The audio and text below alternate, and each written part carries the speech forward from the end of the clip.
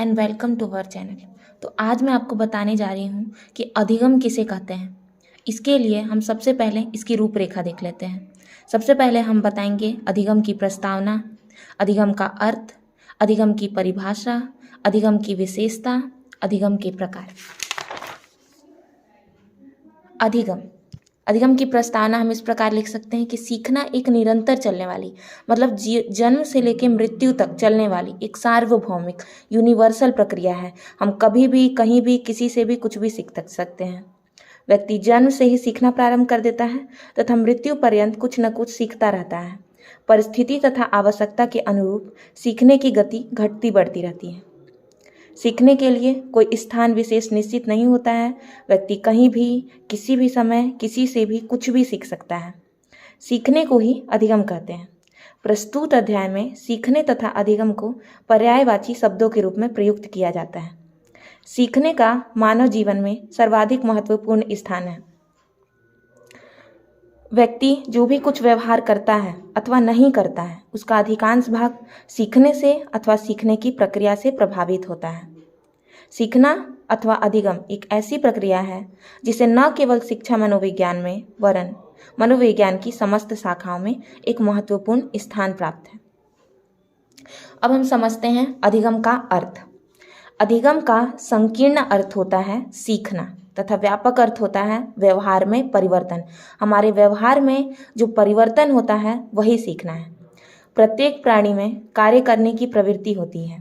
इन्हीं कार्यों के द्वारा वह अपने जीवन की रक्षा करता है। बालक सहज क्रियाओं तथा मूल प्रवृत्तियों के अनुसार सीखते हैं।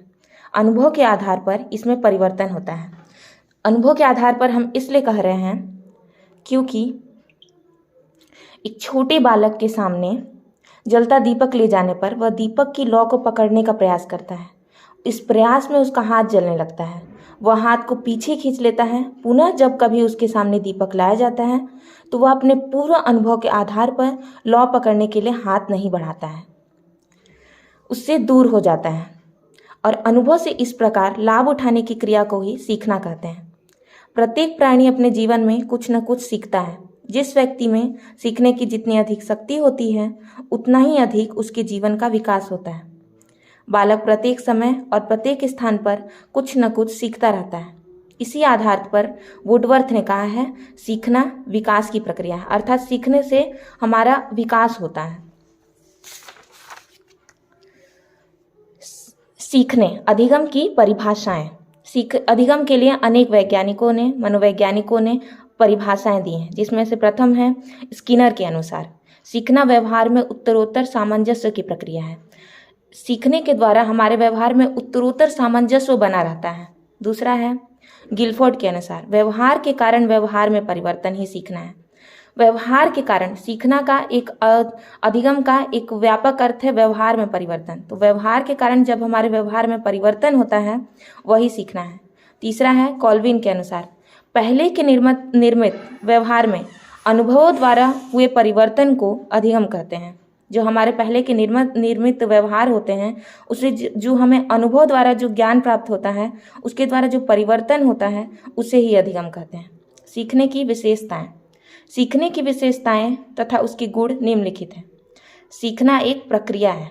सीखना एक प्रक्रिया है, वह प्रोडक्ट नहीं है, परिमाण नहीं है, वह एक प्रक्रिया है। मानवीय सीखना एक प्रक्रिया के अंतर्गत होता है।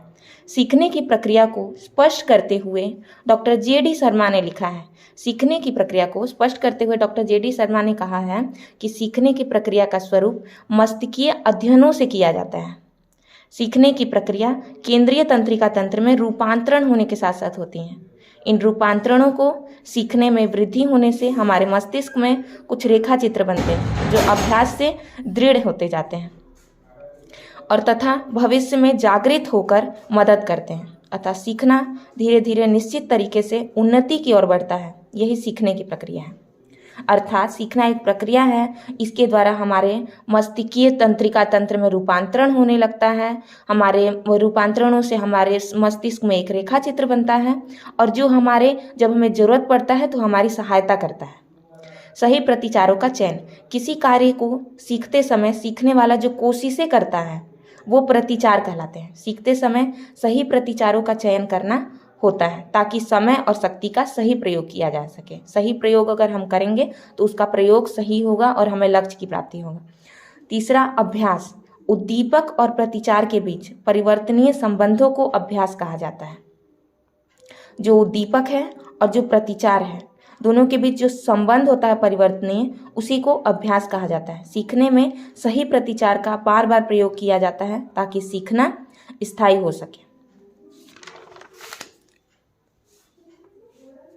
परिवर्तन में स्थायित्वता। जब किसी कार्य को करने में स्थायित्वता आ जाती है तो जब हम किसी कार्य को बार बार करते हैं तो हमारा वह कार्य स्थायी होता जाता है।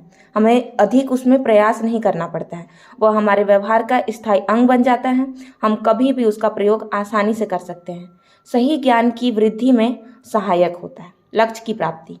सीखने में लक्ष्य की प्राप्ति करना आवश्यक होता है। बिना लक्ष्य निर्धारण के कोई भी सीखना सफल नहीं हो पाता है। वह लक्ष्य जीवन की आवश्यकताओं से संबंधित होता है।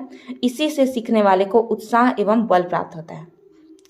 अब हम पढ़ते हैं सीखने के प्रकार। सीखने के 3 प्रकार, मुख्य रूप से 3 प्रकार होते हैं। पहला ज्ञानात्मक अधिगम, दूसरा संवेदनात्मक अधिगम और तीसरा है गामक अधिगम। तो पहला हम पढ़ते हैं ज्ञानात्मक अधिगम। सीखने का यह तरीका बौद्धिक विकास एवं ज्ञान अर्जित करने की समस्त क्रियाओं पर प्रयुक्त होता है। इसके द्वारा हमारा बौद्धिक विकास होता है तथा ज्ञान अर्जन की क्रिया होती है। ये क्रियाएं निम्नलिखित होती हैं। इसके भी 3 भाग होते हैं: प्रत्यक्षात्मक सीखना, प्रत्यात्मक सीखना, साहचर्यात्मक सीखना। तो पहले पढ़ते हैं हम प्रत्यक्षात्मक सीखना। जब किसी वस्तु को देखकर, सुनकर या स्पर्श करके उसका ज्ञान प्राप्त किया जाता है तो उसे प्रत्यक्षात्मक सीखना कहते हैं। शिशुअवस्था और बाल्यावस्था में इसी प्रकार से सीखा जाता है। बालक किसी भी चीज को देखकर, सुनकर, स्पर्श करके ही उसके विषय में जानकारी या अवधारणा निर्मित करते हैं। दूसरा है प्रत्यात्मक सीखना। जब बालक साधारण ज्ञान या अनुभव प्राप्त कर लेता है, जैसे वो बाल्यावस्था और शिशुअवस्था में कर लेता है, तो वह तर्क, चिंतन और कल्पना के आधार पर सीखने लगता है। इस प्रकार वह अनेक अमूर्त बातें भी सीख जाता है। इसी को प्रत्यात्मक सीखना कहते हैं। और तीसरा है साहचर्यात्मक सीखना।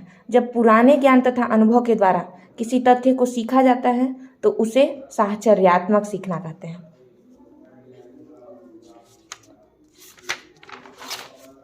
अब दूसरा है संवेदनात्मक अधिगम। जब उस सीखने को संवेदनात्मक अधिगम कहते हैं जब सीखना संवेदनशील क्रियाओं द्वारा होता है। इस प्रकार के सीखने में गामक क्षमताओं का प्रशिक्षण होता है।